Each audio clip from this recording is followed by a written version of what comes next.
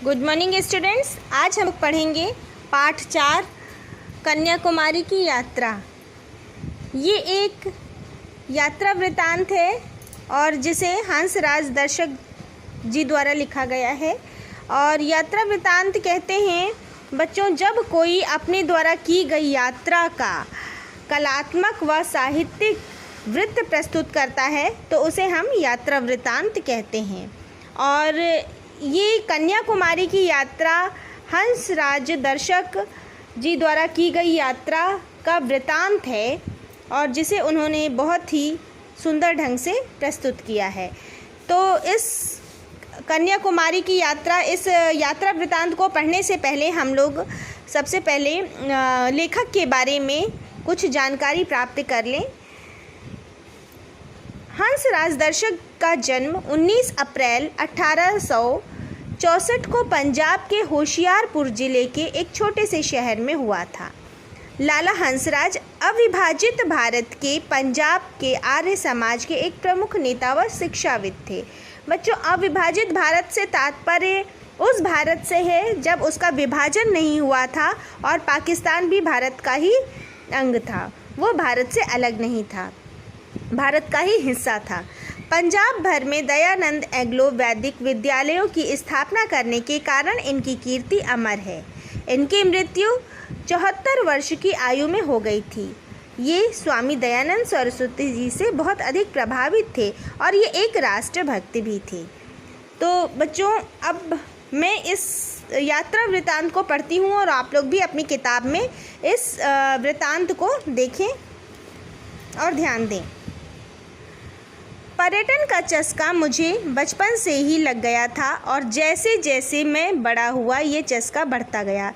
तो इसमें लेखक कह रहे हैं, दर्शक जी कह रहे हैं कि पर्यटन का अर्थ होता है, तात्पर्य है घूमना फिरना या भ्रमण करना एक जगह से दूसरी जगह।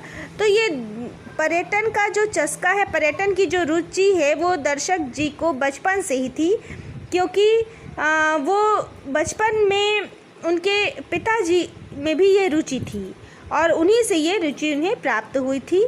और वो जैसे जैसे बड़े हुए तो उनकी ये रुचि और अधिक बढ़ती चली गई। समय समय पर भिन्न भिन्न प्रदेशों का देशाटन मेरे मन को खूब भाता था। तो विभिन्न प्रदेशों का इन्होंने देशाटन किया था और जगह जगह पर घूमते रहते थे और विभिन्न प्रदेशों का भ्रमण भी इन्होंने किया और उनके बारे में उन्होंने यात्रा वृतांत भी लिखा और जो कि लेखक को बहुत अच्छा लगता था। ये मेरी परम प्रिय रुचि मुझे विरासत में पिताजी से मिली थी। विरासत से तात्पर्य है कि जो माँ बाप से मिली हुई जो चीज़ होती है उसको विरासत कहते हैं। वो विरासत के रूप में संपत्ति भी हो सकती है, कोई शौक़ भी हो सकता है या कोई अन्य चीज़ भी हो सकती है। तो माँ बाप से या अपने पूर्वजों से मिली हुई जो चीज़ होती है उसको विरासत कहा जाता है। तो ये शौक़ लेखक को देशाटन का या पर्यटन का शौक़ जो है लेखक को उनके पिताजी से मिला था, क्योंकि उनके पिताजी को भी ये रुचि थी। एक दिन ग्रीष्म ऋतु में कश्मीर घाटी में सिंधु नदी के किनारे घूमते हुए एकाएक मेरे मन में सुदूर दक्षिण तट पर स्थित त्रिसिंधु की संगम स्थली अंतरीप कन्याकुमारी की यात्रा की प्रबल इच्छा हुई।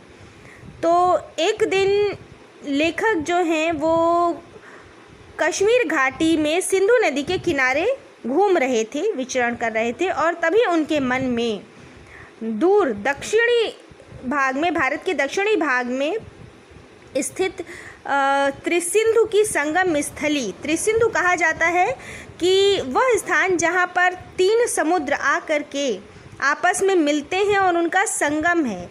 तो वो संगम स्थली पर अंतरीप कन्याकुमारी, मतलब अंतरीप से तात्पर्य है कि वह भाग, भूमि का वह टुकड़ा जो समुद्र के अंदर चला गया हो दूर तक, उसे त्रिसिंधु कहा जाता है।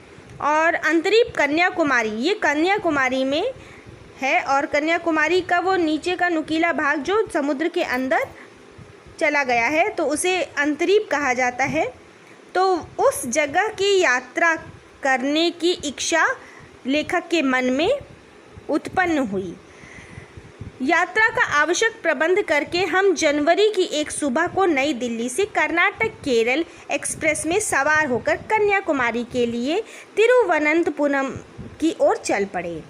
तो इसी इच्छा से इस यात्रा की अंतरीप कन्याकुमारी की यात्रा करने की इच्छा से लेखक ने यात्रा का प्रबंध किया और आवश्यक ज़रूरी सामान उन्होंने इकट्ठा किया और उसके बाद जनवरी की एक सुबह को वो नई दिल्ली से कर्नाटक केरल एक्सप्रेस में बैठ गए और कन्याकुमारी के लिए पहुंचने के लिए कन्याकुमारी जाने के लिए तिरुवनंतपुरम की ओर चल पड़े। 3041 किलोमीटर लंबी अपनी यात्रा में ये गाड़ी हरियाणा, उत्तर प्रदेश, मध्य प्रदेश, महाराष्ट्र, आंध्र प्रदेश और तमिलनाडु की सीमाओं को छूती हुई केवल 47 घंटों में केरल की राजधानी तिरुवनंतपुरम पहुंची, जहां से कन्याकुमारी सिर्फ 90 किलोमीटर दूर ही है। तो उस प्रकार जब लेखक जो है वो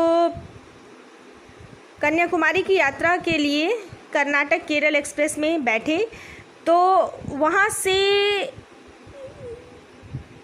3041 किलोमीटर की लंबी यात्रा उन्होंने तय की और इस मार्ग में उन्होंने कई प्रदेश आए और उन प्रदेशों से गुजरती हुई उनकी गाड़ी जो है, उनकी ट्रेन 47 घंटों में उन्हें केरल की राजधानी तिरुवनंतपुरम पर पहुंचा दी। ट्रेन ने उन्हें पहुंचा दिया और वहां उस तिरुवनंतपुरम से कन्याकुमारी की दूरी मात्र 90 किलोमीटर ही थी। इस यात्रा में मेरे साथ केवल मेरे एक छविकार मित्र श्री हरीश वर्मा भी थे। तो ये इस यात्रा में, कन्याकुमारी की यात्रा में लेखक के साथ, दर्शक जी के साथ उनके एक मित्र थे, छविकार मित्र। छविकार कहा जाता है चित्रकार को और चित्रकारिता में उनकी रुचि थी और उनके वह मित्र थे जिनका नाम हरीश वर्मा था।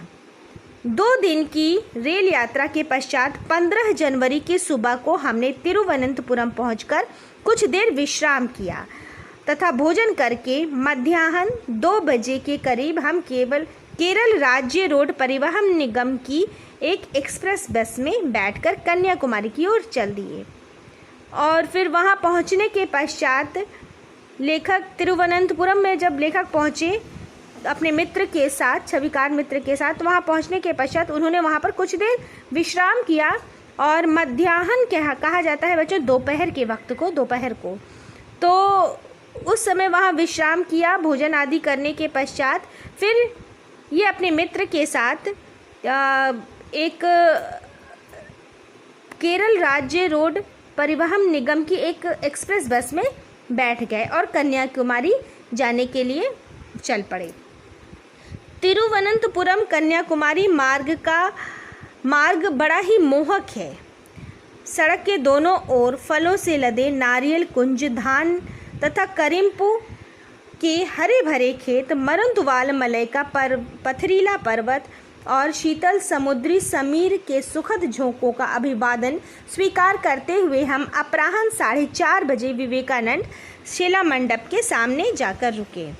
और फिर जब उन्होंने बस में बैठकर कन्याकुमारी जाने के लिए जो यात्रा तय की, तो तिरुवनंतपुरम से कन्याकुमारी का जो मार्ग था, उस मार्ग में जो दृश्य था वो बहुत ही मनमोहक दृश्य था।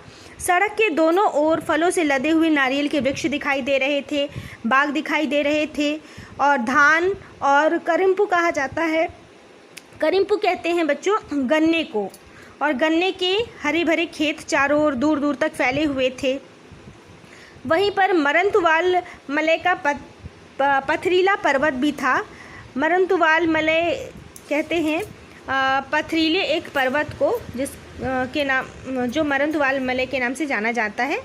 और वहीं पर समुद्र के किनारे से आती हुई शीतल समीर जो वायु के झोंके, ऐसा प्रतीत हो रहा था जैसे मानो वो उनका स्वागत कर रहे हों, अभिवादन कर रहे हों।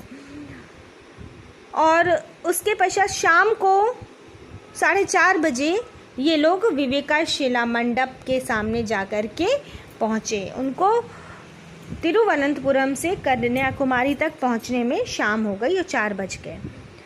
विवेकानंद शिला मंडप, यह मंडप अंतरिक्ष कन्याकुमारी के पूर्व में करीब 2 किलोमीटर की दूरी पर बंगाल की खाड़ी के अंदर एक बहुत ही बड़ा द्वीपाकार चट्टान पर बना हुआ है। ये विवेकानंद शिला मंडप जो है वो बच्चों कन्याकुमारी की पूर्वी भाग में और करीब वहाँ से 2 किलोमीटर की दूरी पर बंगाल की खाड़ी के अंदर है और जो कि एक बहुत ही बड़ा द्वीप के आकार का चट्टान है, उस पर बना हुआ है विवेकानंद शिला मंडप। और ऐसा कहा जाता है कि यह शिला पहल समुद्र तट से लगी हुई थी। ये शिला जो है विवेकानंद शिला मंडप, ये समुद्र के किनारे से लगी हुई थी, जिस पर एक देवी का मंदिर भी था। और यहाँ अब भी एक जगह पाद मुद्रा अंकित है। पाद मुद्रा कहते हैं पैरों के निशान को, जिसे लोग देवी का पाद चिन्ह मानते हैं। मतलब ऐसा माना जाता है, लोगों का ऐसा विश्वास है कि ये जो पैरों के निशान हैं, पैरों के जो चिन्ह हैं, वो किसी देवी के पैरों के चिन्ह हैं। इसलिए कुछ लोग इस शिला को श्रीपाद शिला भी कहते हैं। सन 1892 में स्वामी विवेकानंद देवरम में हिमालय का दर्शन कर तथा देश के अन्य तीर्थों का भ्रमण करते हुए अंत में कन्याकुमारी पहुँचे और आध्यात्मिक प्रचारार्थ अमेरिका प्रस्थान से पूर्व वे कुछ दिनों तक यहीं पर चिंतन करते रहे। तो ऐसा भी कहा जाता है कि 1892 में स्वामी विवेकानंद वो हिमालय का भ्रमण करने के पश्चात देवरम में, कहते हैं, वह स्थान जिस जगह पर देवता भ्रमण करते हैं, देवता विचरण करते हैं। और ऐसा माना जाता है कि हिमालय पर देवता का, शिव का और अन्य देवताओं का वास है, वहाँ पर देवता विचरण करते रहते हैं। तो स्वामी विवेकानंद हिमालय का दर्शन करने के पश्चात, देवरम में हिमालय का दर्शन करने के पश्चात वो देश के विभिन्न भागों में गए और विभिन्न तीर्थों का उन्होंने भ्रमण किया, वहाँ पर दर्शन किया। और दर्शन करने के पश्चात अंत में वो कन्याकुमारी पहुँचे और कन्याकुमारी में पहुँचे और वहाँ से उन्हें अमेरिका के लिए जाना था। अमेरिका के लिए उन्हें प्रस्थान करना था, निकलना था। तो वहाँ अमेरिका वो आध्यात्मिक प्रचार के लिए जाना चाहते थे। तो वहाँ पर अमेरिका जाने से पहले वो कुछ दिनों तक यहीं पर कन्याकुमारी में रहे और यहाँ पर उन्होंने चिंतन किया मतलब ध्यान लगाया, यहीं पे उन्होंने अपनी साधना की। इस घटना के बाद जिस शिला पर बैठकर स्वामी जी ने आत्मज्ञान प्राप्त किया था, उसे विवेकानंद शिला के नाम से याद किया जाने लगा। और इस शिला को जहाँ पर बैठ के उन्होंने ध्यान मुद्रा में साधना की थी, चिंतन किया था, तो उस शिला को, उस पत्थर को विवेकानंद शिला के नाम से जाना जाने लगा। सन 1962-63 में स्वामी जी की जन्म शताब्दी के सुअवसर पर लगभग 25 लाख रुपए की लागत से यहाँ पर लाल पीले रंगीन पत्थरों से निर्मित एक बहुत ही सुंदर व कलात्मक मंडप बनवाया गया, जो करीब 26 मीटर लंबा और 12 मीटर चौड़ा है। फिर स्वामी जी की जन्म शताब्दी के अवसर पर 1962-63 में 25 लाख रुपए की लागत से यहाँ पर एक लाल पीले रंग के पत्थरों से एक बहुत ही सुंदर कलात्मक मंडप बनवाया गया था, और जो कि करीब 25 मीटर लंबा और 12 मीटर चौड़ा है।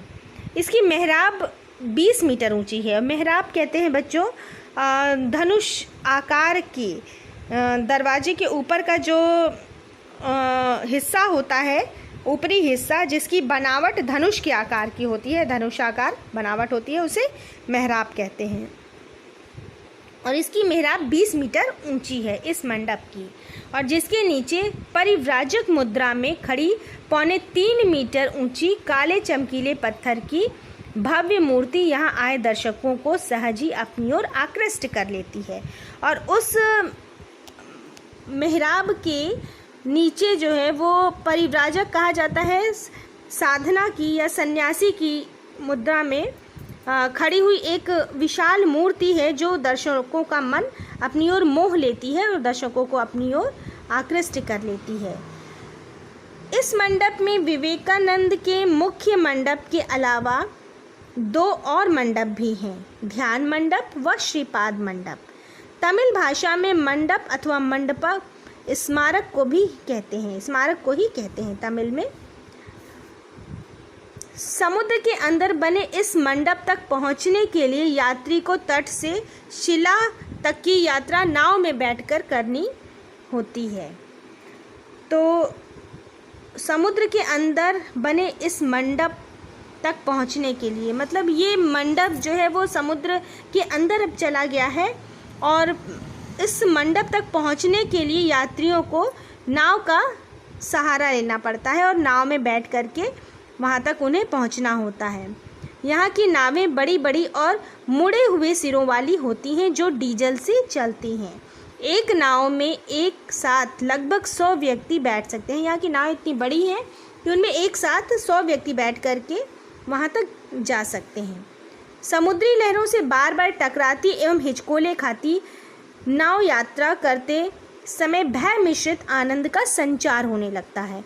और जब यात्री इसमें बैठ करके और उस मंडप के दर्शन के लिए वहाँ तक जाते हैं तो समुद्र में जो उठने वाली लहरों से नावें इस प्रकार डगमगाने लगती हैं, हिलने लगती हैं कि उस नाव में बैठे हुए यात्रियों को आनंद की तो प्राप्ति होती ही है, साथ ही साथ उसमें भय भी उन्हें प्रतीत होने लगता है कि ऐसा ना हो कि कहीं हमारी नाव डूब जाए, और उन्हें भय मिश्रित आनंद की प्राप्ति होने लगती है।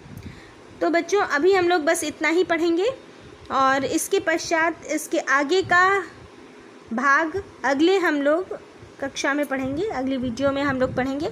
तो इतना आप लोग भी अपनी किताब में दोहराएं।